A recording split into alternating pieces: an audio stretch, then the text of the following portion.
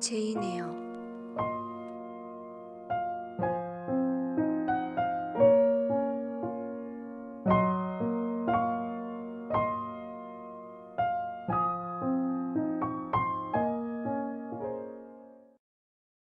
제2장.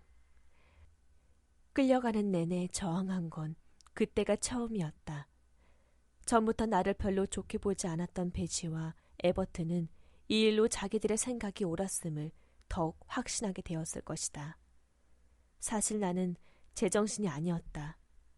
아니면 프랑스인들의 표현대로 정신이 나가 있었거나 한순간의 항명으로 낯선 형벌을 받게 됐다는 것을 알게 되자 여느 반항적인 노예처럼 필사적인 심정이 되었다. 갈 때까지 가보자 싶었다. 에버트, 이 아이 팔을 잡아요. 미친 고양이 같아요. 어휴, 망측해라. 이게 무슨 꼴이야. 리드 부인의 하녀가 소리쳤다. 헤어양, 은인의 아드님이신 도련님에게 손찌검을 하다니 이 무슨 놀라 자빠질 짓이죠? 어린 주인님한테 감히... 주인님이라니? 그 애가 어떻게 내 주인이야? 내가 하인이란 말이야? 아니요, 하인보다 못하죠. 아무 하는 일 없이 먹고 살잖아요. 자, 앉아서 잘못을 잘 생각해봐요. 이미 그들은 리드 부인이 지시한 방으로 나를 데려와 의자에 눌러앉히고 있었다. 내가 용수철처럼 발딱 일어나자 두 사람의 손이 얼른 나를 붙잡았다. 베시가 말했다. 가만히 있지 않으면 묶을 거예요. 에버트, 양말대님을 빌려줘. 내 것은 금방 끊어지고 말 거야. 에버트가 튼튼한 다리에서 필요한 끈을 풀어내려고 돌아섰다. 나를 묶으려는 준비와 거기에 더해질 굴욕을 생각하니 흥분이 조금 가라앉았다. 그거 풀지 마요. 안 움직일게. 나는 얼른 두 손으로 내 몸을 의자에 꽉 붙이며 소리쳤다. 말을 잘 들어야죠. 내가 정말 진정돼 가고 있다는 것을 확인하자 베시는 이렇게 말하며 나에게서 손을 풀었다. 그 뒤에 베시와 에버트는 팔짱을 끼고 서서 내가 정말 제정신인지 확인하려는 듯 험악하고 의심스러운 표정으로 내 얼굴을 쳐다보았다. 전에는 한 번도 이런 적이 없었는데. 마침내 베시가 하녀 쪽으로 돌아서며 말했다. 하지만 저런 성질은 항상 숨어 있었어요. 이 아이에 대해서는 전에도 여러 번 마님께 말씀드렸고 마님도 수긍하셨어요. 조그만 게 아주 앙큼해요. 저 나이에 이렇게 숨기는 게 많다니. 하녀의 대답이었다. 베시는 대답하지 않았지만 얼마 뒤에 나에게 말했다. 리드 부인에게 신세지고 있다는 걸 잊으면 안 돼요, 아가씨. 마님이 키워주시잖아요. 그분이 싫다고 하면 구빈원에 갈 수밖에 없는 거예요. 할 말이 없었다. 처음 듣는 말도 아니었다. 기억에 닿는 어릴 적부터 이와 비슷한 소리를 들어왔다. 내가 더부살의 신세라는 사실을 잊지 말라는 이 말은 확실하게 이해되지 않으면서도 아주 아프고 쓰라리게 내 귀를 때렸다. 에버트가 끼어들었다. 마님이 친절하게 같이 키워주신다고 해서 리드 도련님과 아가씨들과 똑같은 입장이라고 생각하면 안 되죠. 그분들은 많은 돈을 갖게 될 테지만 에어양은 아무것도 없잖아요. 공손하게 그분들 마음에 들도록 노력해야 하는 처지예요. 베시가 음성을 가다듬고 덧붙였다. 다 아가씨를 위해서 하는 말이에요. 쓸모있고 상냥한 사람이 되려고 애써야 해요. 그러면 여기가 집이 될 수도 있겠죠. 성질 부리고 못되게 굴면 마님이 쫓아내실 거예요. 틀림없이. 에버트가 말을 이었다. 어디 그뿐인가요? 하느님이 벌을 내리실걸요? 발악하는 중간에 하느님이 벼락이라도 내리면 그 후에 어디로 가겠어요? 베시, 저 아이를 놔두고 이만 가죠. 저런 아이는 뭘 준대도 싫어요. 혼자 있을 때 기도를 드려요, 에어양. 잘못은 뉘우치지 않으면 굴뚝에서 무서운 게 내려와 잡아갈지도 몰라요. 그들은 문을 꽉 닫아 잠그고는 떠났다. 붉은 방은 침실로 쓰이는 경우가 거의 없는 예비용 방이었다. 게이츠 헤드 저택에 뜻밖의 손님들이 들이닥쳐서 모든 방을 다 써야 할 때가 아니면 절대 사용하지 않는 방이었다. 하지만 저택에서 제일 크고 으리으리한 방 중에 하나이긴 했다. 불을 피우지 않아 싸늘했고 육아실과 부엌에서 떨어져 있어 조용했다. 또 드나드는 사람이 없어 엄숙했다. 토요일마다 하녀가 들어와 일주일 동안 내려앉은 먼지를 거울과 가구에서 닦아냈다. 리드 부인은 옷장 안에 있는 비밀 서랍의 내용물을 점검하기 위해서만 아주 가끔 발을 들였는데 그 비밀 서랍에는 갖가지 양피지 서류와 그녀의 보석 상자, 죽은 남편의 초상화가 보관되어 있었다. 죽은 남편, 이 마지막 단어에 침실의 비밀이, 이렇게 커다란 방이 너무나 쓸쓸하게 유지되는 마력이 담겨 있다. 리드 씨는 9년 전에 세상을 떠났다. 이 방에서 마지막 숨을 들이쉬었고 이곳에 안치되었다. 장의사 사람들이 그의 관을 여기서 내갔다. 그날 이후로 황량하고 신성한 공간이 된 이 방은 사람들의 발길로부터 멀어졌다. 그들이 정말로 문을 잠갔을까? 나는 용기를 내서 자리에 일어나 확인해 보았다. 아, 그래. 그보다 더 튼튼한 감옥은 없었다. 돌아오는 길에 나는 거울 앞을 지나야 했다. 거기서 이상하게 나를 노려보는 작은 형체, 하얀 얼굴과 팔이 어둠의 흠집을 내고 아무것도 움직이지 않는 곳에서 두려움 어린 눈만이 번뜩이는 그것은 그야말로 유령 같았다. 나는 내 자리로 되돌아왔다. 존 리디의 포악한 횡포, 그 여동생들의 거만한 무관심, 그 어머니의 반감, 전체 하인들의 편애가 탁한 우물 속의 검은 침전물처럼 나의 어지러운 마음에 뒤엉켰다. 어째서 나는 항상 고통받고 위협당하고 혼이 나고 언제나 벌을 받는 것일까? 어째서 나는 다른 이들의 마음에 들 수 없는 것일까? 그들의 눈에 들어보려고 노력해도 왜 아무런 소용이 없는 걸까? 고집세고 이기적인 엘리자는 존중을 받았다. 버릇없고 표독스럽고 남의 흠잡기를 좋아하고 건방지게 구는 조지아나는 모두에게 귀여움을 받았다. 그녀의 아름다움, 발그레한 볼과 곱슬곱슬한 금발은 모든 이에게 기쁨을 주는 듯했고 그녀의 잘못을 모두 보상해주는 듯했다. 비둘기의 목을 비틀고 공작의 새끼들을 죽이고 양떼 사이에 개들을 풀어놓고 온실에서 포도송이를 따고 온실에서 제일 귀한 꽃봉오리를 꺾어도 조는 처벌은커녕 아무런 제지도 받지 않았다. 그는 자기 어머니를 할망구라고 불렀다. 때로는 자기 주제도 모르고 피부가 검다며 어머니를 비웃었다. 노골적으로 어머니의 소망을 무시하고 어머니의 비단 옷을 찢거나 망가뜨리는 일도 다반사였다. 그래도 그는 그녀의 유일한 귀염둥이였다. 나는 잘못을 저지를 엄두도 못 냈다. 의무를 다하려고 아무리 애써도 나는 아침부터 낮까지, 낮부터 저녁까지 버릇없고 성가시고 부르퉁하고 음흉하다고 욕을 먹었다. 아까 얻어맞고 넘어지면서 생긴 상처에서 피가 흐르고 머리가 계속 지끈거렸다.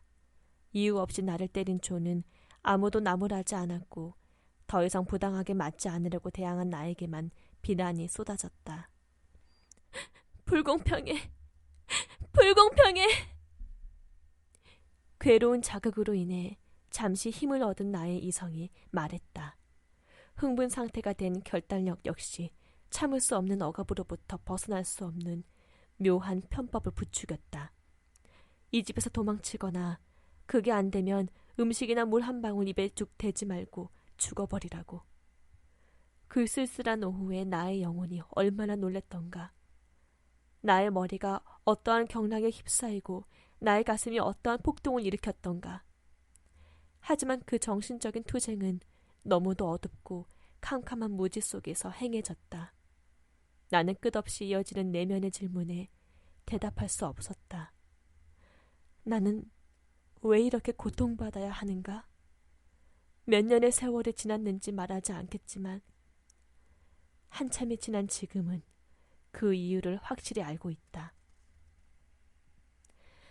나는 게이츠 헤드 저택에서 하나의 외딴 섬이었다. 그곳은 누구와도 같지 않았다. 리드 부인이나 그 자식들이나 그녀가 선택한 하인들 누구와도 들어맞는 점이 없었다. 그들이 나를 사랑하지 않았으므로 나 역시 그들을 전혀 사랑하지 않았다. 그들은 자기들과 맞지 않는 사람을 사랑으로 대할 의무가 없었다. 나는 성질이나 능력이나 기호면에서 그들과 반대되는 이질적인 존재였다. 그들의 이익에 도움이 되지도 않고 즐거움을 더해주지도 못하는 쓸모없는 존재였다. 그들의 심판을 경멸하고 그들의 취급에 분개하는 병균을 품고 있는 해로운 존재였다. 내가 명랑하고 밝고 경솔하고 깐깐하고 예쁘고 까불거리는 아이였다면, 내가 아무리 의지할 데 없는 고아에 얹혀 사는 신사라 해도 리드 부인은 좀 더 자기 만족을 느끼며 나를 참아주었을 것이다. 그녀의 아이들도 조금쯤 동정을 베풀며 친절하게 대해주었을 것이다. 하인들도 나를 육아실의 희생양으로 삼으려고만 하지 않았을 것이다. 붉은 방에서 빛이 사라지기 시작했다. 4시가 지나 흐려진 오후는 적막한 황혼으로 저물어갔다. 여전히 줄기차게 계단창을 때리는 빗소리와 저택 뒤쪽의 작은 숲에서 아우성치는 바람소리가 들렸다. 내 몸은 차츰 돌처럼 차가워졌고 나의 용기도 사라졌다. 나에게 늘 따라붙는 수치심, 자기회의, 절망적인 우울함이 꺼져가는 분노의 재에 찬물을 끼얹었다. 다들 나더러 못된 아이라고 했고 어쩌면 그 말이 맞을지 모른다. 굶어 죽으려고 하다니 내가 무슨 생각을 한 것인가? 그런 생각은 분명 죄악이었다. 게다가 내가 죽을 수나 있을까? 아니면 헤이치헤드 교회 성단소 아래에 지하 묘지가 매혹적인 곳이라도 된다는 건가? 그런 묘지에 리드 외삼촌이 묻혀있다는 말을 들은 적이 있다. 생각이 외삼촌에게로까지 이어지자 나는 점점 두려운 생각에 빠져들었다. 기억은 잘 안 나지만 그분이 나의 외삼촌, 즉 엄마의 오빠이고 어렸을 때 고아가 된 나를 자기 집으로 데려왔고 숨을 거두는 마지막 순간까지도 리드 부인에게 나를 자식처럼 키우고 건사하겠다는 약속을 받아냈다는 건 알고 있다. 리드 부인은 아마 자신이 약속을 지켰다고 생각할 것이다. 그녀의 천성이 허용되는 한에서는 약속을 지켰다고 할 수도 있다.